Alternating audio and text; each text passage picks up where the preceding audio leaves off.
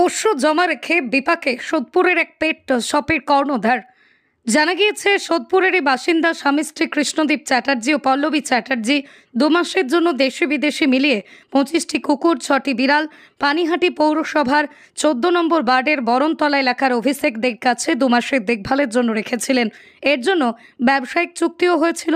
পশুদের দেখভাল ও খাওয়া খরচ বাবদ একটা নির্দিষ্ট অঙ্কের টাকা দেওয়ার কথা ছিল ওই দম্পতির, কিন্তু 3 মাস পেরিয়ে যাওয়ার পরও তারা তাদের পোষ্যদের নিতে আসছেন না। পেট শপের কর্ণধার অভিষেকদের অভিযোগ, কৃষ্ণদীপ ও পল্লবী চ্যাটার্জি তাঁরা স্বামী স্ত্রী জানায় হালি শহরে তাদের বাড়ি তৈরি হচ্ছে। 31টি পোষ্যকে 2 মাসের জন্য রাখতে হবে। তার বাবদ ওনারা খরচ দেবেন 20,000 করে 60,000 টাকা দিয়েই বাকি 2 লক্ষ টাকার একটি চেক দিয়েছিল, কিন্তু সেই চেকটি বাউন্স করে। পেট শপের কর্ণধারের অভিযোগ, চ্যাটার্জি দম্পতিকে বারবার বলা সত্ত্বেও তারা পোষ্য নিয়ে যেতে টাল বাহানা করছেন।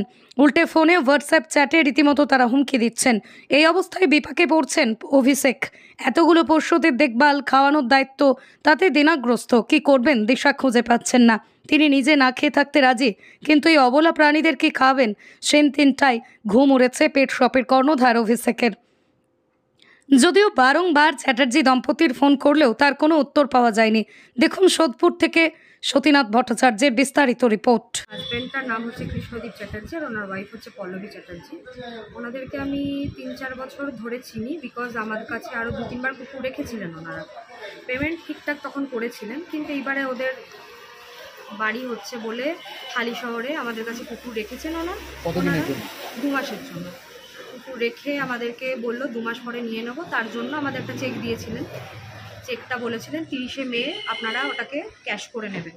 যখন আমরা চেকের ডেটে যে কবার বলেছি ফেলবো, আমাদের বলেছে এই তো সামনেই ভোট আছে 1 তারিখ, আমরা গিয়ে ভোটের পরে ক্যাশ দিয়ে দেবো। এরকম করে আমাদের বারংবার ওরা ঘুরিয়েছে। আজকে দিচ্ছি টাকা, পেমেন্ট দেবো, কালকে দিচ্ছি পেমেন্ট দেবো। যখনই পেমেন্টের কথা ওঠে তখনই ওনারা একটাই কথা বলেন, আমাদের কুকুর আপনারা খারাপভাবে রেখেছেন। কোনো কুকুরের প্রত্যেকটা কুকুরকে ইউএসজি করাবো, প্রত্যেকটা কুকুরকে এক্সরে করাবো, প্রত্যেকটা কুকুরের লোম চেঁচে একটাও আঁচড়ের দাগ আছে কিনা সেগুলো দেখবো। আমরা এটাতেও রাজি হয়েছি যে হ্যাঁ আপনাদের সন্তান, আপনারা নিশ্চয়ই নেওয়ার আগে দেখেই নেবেন, কিন্তু আপনারা আসুন এখানে আমাদের সাথে কথা বলুন। আমাদের সাথে বারবার ফোন করতে গেলে ওরা বলছে বারবার ফোন করো না, এনডিপিএস কেসে ফেসে যাবেন। ঠিক আছে, বারবারই এই বারবার না, এটা 1-2 বার বলেছে এই কথাটা আমার কাছে, ফোনে চ্যাটও আছে ওনার সাথে, ওনার ওয়াইফের সাথে।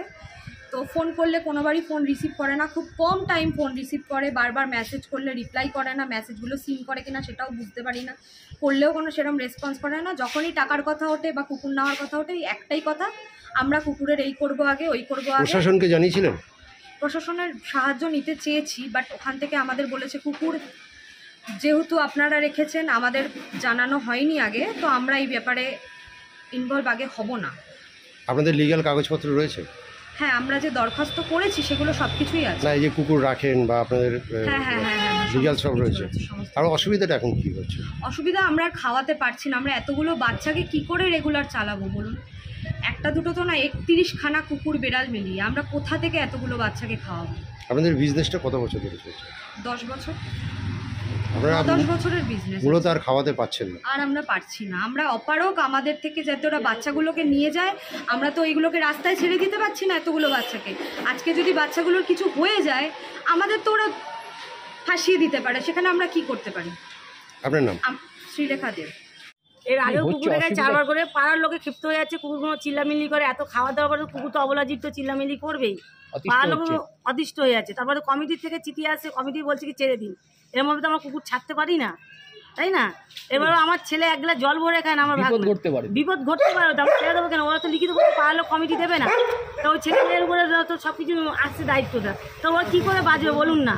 হ্যাঁ, ওরা কুকুরটা ভালো মতন যেন নিয়ে যায়, কেন পাড়ার লোকও ক্ষিপ্ত আজ কমিটি এসে যা তা বলে গেল, বলছে কি আপনারা কুকুর ছেড়ে দিন। এরকম কিছু ছাড়া যায়? হ্যাঁ, ছাড়ার উপর চাপ সৃষ্টি করছে কি? হ্যাঁ, চাপ সৃষ্টি করছে, প্রচুর করছে। এই বলে 2 বার করেছে। তারপরে তো পটিও দিয়ে এনে ফেলে, আমাদের পটি আমাদের চেম্বারে পড়ে। তারপরে ছেলে এর কাছে চাল, ওর কাছে মাংস, প্রচুর টাকা আমার ছেলে দে না, প্রচুর টাকা দে না বাবুন। এই করে তারপরে যখন ওরা পারে না, আমার মেয়ে হাত ভেঙে গেছে, ডাক্তার দেওয়া হবে, সেই করে আমি পরিষ্কার পরিচ্ছন্ন করবো। আমি হাত ভাঙা নিয়ে, আমার নাম আশা ব্যানার্জি। আমি কুকুর যদি আমায় প্রমাণ করতে পারি, আমার ছেলে কোনো লটারি খেলে হেরে গেছে, আমার দরকার নেই।